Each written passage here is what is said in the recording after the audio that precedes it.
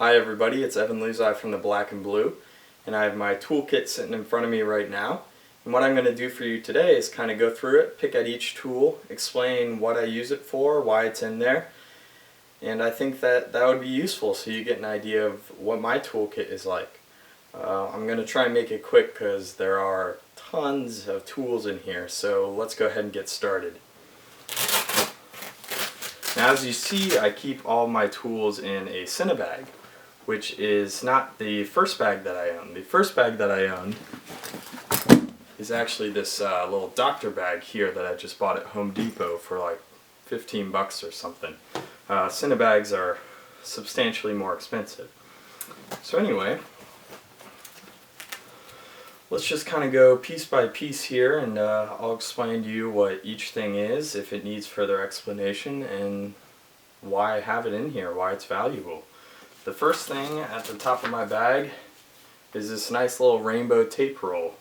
I think this is pretty self-explanatory. You know, camera assistants need tape for marking actors, marking magazines, doing dolly marks, generally anything. So you'd be hard-pressed to find any AC kit without tape in it. And this is colored tape that I've collected through various productions, and I still have extra rolls. The next thing in here is my infamous Fanny Pack, my AC pouch, if you will. That's actually just a belt pack that I got at Target, and it works for me. I like it because it has zippers, where most AC pouches use Velcro or don't have any way to close it. And because I rush around on set a lot, where I'm doing a lot of speed walking, I like being able to zip things up so I don't worry about it jumping out. For right now it's empty except for this lens pin that I have in here. That's one thing that I keep in there so that if I need to do a quick brush of the lens or clean off a smudge on a filter, that this is right next to me. Alright, next thing is a bunch of little grip clips or gator clips, whatever you want to call them.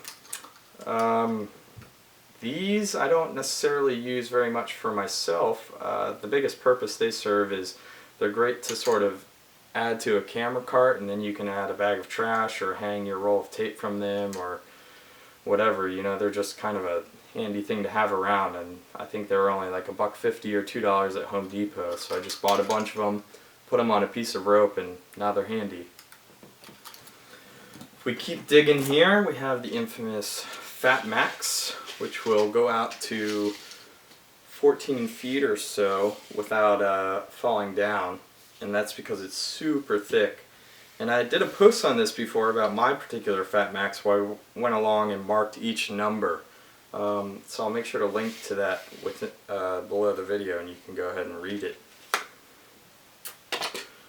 Alright, I haven't even gotten to the pockets yet. Next is the Slate. So you all know what this is, you know what it's for. It's for syncing up sound when you mark the scene. On the back of my Slate, I have my little Slate board, and I have filter tags inside of that, and then little marks out here. And the night before a shoot, even if I'm not second ACing, I will definitely fill up these marks to make sure that if I need to, that I can just rip this off and have something ready to go. I also tend, if I'm the only AC, for instance, to just keep this in the back part of my belt pack, and it's just handy to hold miscellaneous paper, shot lists, what have you, and it's lightweight. That's what I like about it. Alright, almost at the bottom here. This is, well, here's an Area Alexa pocket guide. But this is a clipboard I keep just to put random things in. Sometimes the DP will hand me things like storyboards or shot lists, or I keep camera reports in here at the end of the day if I'm second AC. Just nice to have something to put any important paperwork in, not have to worry about it getting dirty or crumpled up at the bottom of my kit. Speaking of, looks like I have a bunch of call sheets and extra camera reports and a few manuals here at the bottom. Just miscellaneous paperwork. Alright, so that's the bottom of the bag, and now I've got all these pouches to go through. One thing I really like about the Cinebag is that it has these little separate pouches that Velcro to the sides, and so you can organize them into certain things. So the first one I want to show you is, it does take a little bit of work to Velcro it out, but I have this little pouch, and this is my portable lens cleaning kit, because what's inside of it is dust off to spray lenses, Pancro to clean them, a flashlight, a little mini mag light, and then my Kim wipes.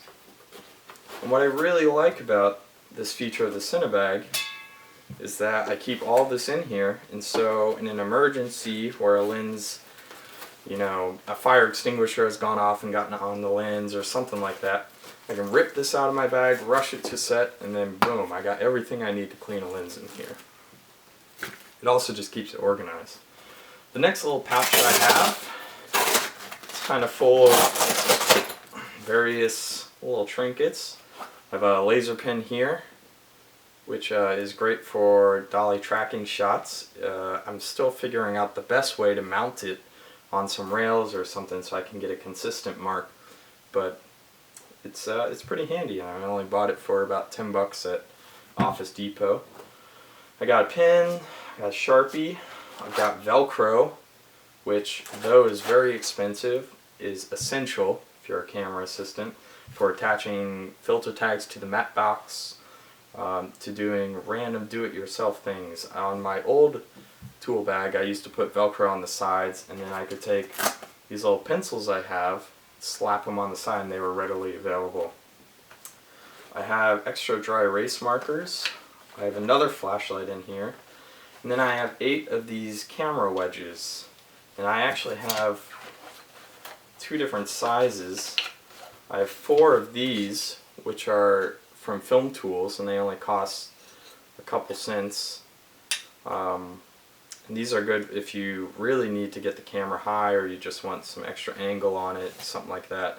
And then I have these window shims, which are at a shallower angle. Compare them for you. And so this is a little bit more of a subtle height. And it's good to have both. Though you can expect grips usually to have something like that. I learned very early on to always be prepared yourself, and then you don't have to depend on anybody. So then I have a dry erase marker with an eraser on the end for the slate. I have this little guy, which if I'll turn on is just a light. This is good. I keep it in my kit in case I'm on location in the dark or something. I need to find a piece of gear, and this thing turns into like a black abyss at night. So having a light is pretty handy. Alright, next pouch. I've got all sorts of tools. I got these little grease pencils. I've got a white one, a red one, a yellow one. I have these Staedtler Lumo Color markers, which I love for marking follow focuses. Right now I only have a green and a red. The black one, I had a couple other colors. They got lost somehow. Part of the reason for that is because I stick them behind my ear, and in a rush, you know, they fall out. I have just your typical wrench. Don't use it very often, but you never know. It's good to have basic tools. Chalk holder for when you're shooting on cement or asphalt and you want a mark that's quiet, that can't be seen very well. You can use chalk. I have 2 sets of hex keys, one for metric and one for the American system. And then I have my soft tape, my Kesson soft tape, which goes out to 50 feet, and then you just wind it up. Good for measuring when you want even more precise measurements. So let's move to the top flaps here. I have an earpiece for a walkie-talkie. These things cost like 80 bucks. I accidentally walked away from a set with it in my bag, and nobody called me about it. So, you know, I didn't mean to steal it or anything like that, but I ended up with it, so I'll take it.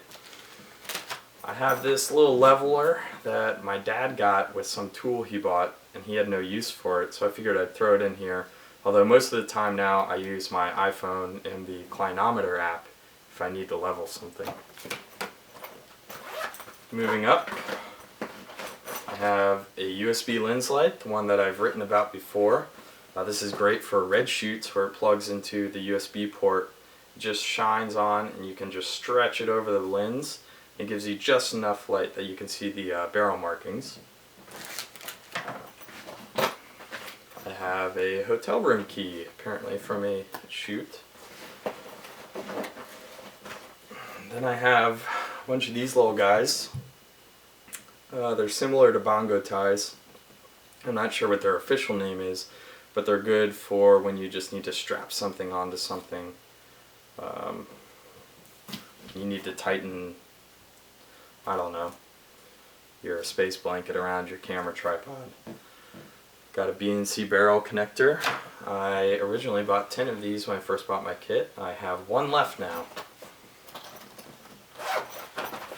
I then have some grounding adapters and some batteries, and even though I don't do electrical stuff, and that's stuff that G&E should have on set, like I said, it's always great to just have it for yourself in case you need it. You don't have to go through anybody.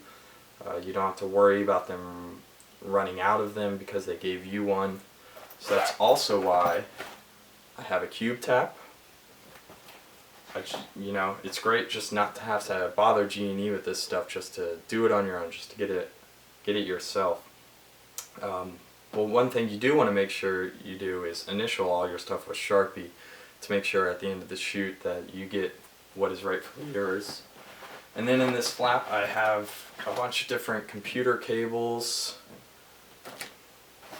some various adapters for computer monitors, because there was at one point where I was doing shoots where it was standard to use a computer monitor instead of. Sorry for that little jump cut, but I reached the recording time limit on my T3i, so that's pretty disheartening considering I still got a while to go. Homemade Hoodman, written about this before. This thing's awesome. It's still holding up after all these years, and it's not the prettiest looking thing, but man does it work. It feels heavy duty too. Alright, so we're finally on the outer edge here. Once again, I'm sorry this is taking so long, but try to speed it up. Got some work gloves. I've used them probably once. I'm easily the worst G&E guy on set. I've tried to move sandbag carts, I've tried to move lights, and I end up looking like a fool. So these remain untouched. But they're good to have in case a DP needs them for whatever reason, or you're in a situation where you got to help out the electrics. Another grip clip. This is where I keep all my screwdrivers, and I have 3 of them. One is just a straight edge, 2 are, you know, Phillips and straight edge. They flip around. Why do I have 3? Because you can never have enough screwdrivers. Somebody may borrow one, you may lose one. It's just, why not? I got the room. I even got a little tiny one. And here I also have crazy glue. This was from when I worked with an Arri Alexa, where I accidentally cracked a piece of it. Not the actual camera, the arm to hold up the EVF, and I just needed to crazy glue it back on. Got a pencil sharpener for the grease pencils. I've got some hand warmers that my mother so lovingly bought me. And then I have this little mirror thing in case you need to get into tight spaces, figure out what's wrong with something. Next, got some WD-40 for lubing up anything that needs a lubing. Got my Hilti PD-40 laser rangefinder here. I love this thing. It lasts, the battery lasts for so long, and God, I don't know how I worked without one. Pair of scissors. You never know when you need to cut something. On the side here I got this little extra bag hanging off. This is where I keep all my T-marks that I've built for outside, little outdoor marks. I've written a post on these before, and if you don't have these or if you're not making them, then man, you need to, because they're awesome. They're really handy and they're cheap to make. You pay like $3 or $4 for each one at Home Depot, and you just add some camera tape on it and voila, you got an outdoors mark. I also got a thing of rope in here. Unfortunately, it's not that high grade, but it's still handy sometimes. In here, in this little pouch, I've got various office supplies. I have a notebook, which is good for writing down stuff during blocking with a DP or whatnot. I've got a bunch of pens, a highlighter, a stapler, some rubber bands, paper clips. You never know when you're going to need this stuff. You'd be surprised at the random things that pop up where you're just happy that you brought it along. Alright, last pouch here. Got some extra chalk for the chalk holder. And then here is the most valuable part.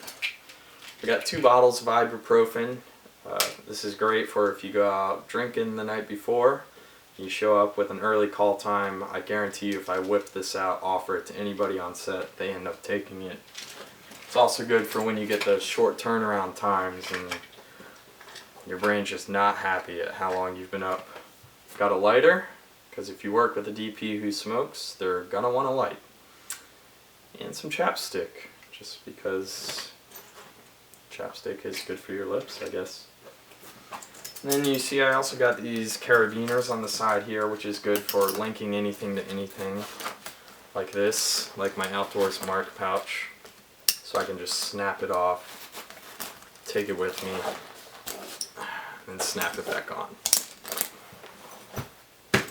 And last but not least, I have my trusty space blanket, which stays in the back, comes out quite a bit, and folds up really tight. And this thing is good for covering the camera during squibs, whatever you want, you know.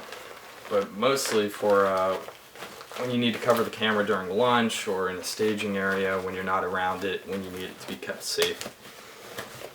Alright, well I'm sorry that video took so long, but I've got a lot of tools and you guys wanted to know what was in my kit, so there it is. And I hope you read the rest of the post that I'm writing about my toolkit. You might be watching this video within it. If you're not, then I highly suggest you click the link down at the bottom of this video and head over there and find out more of what I think you need in your kit.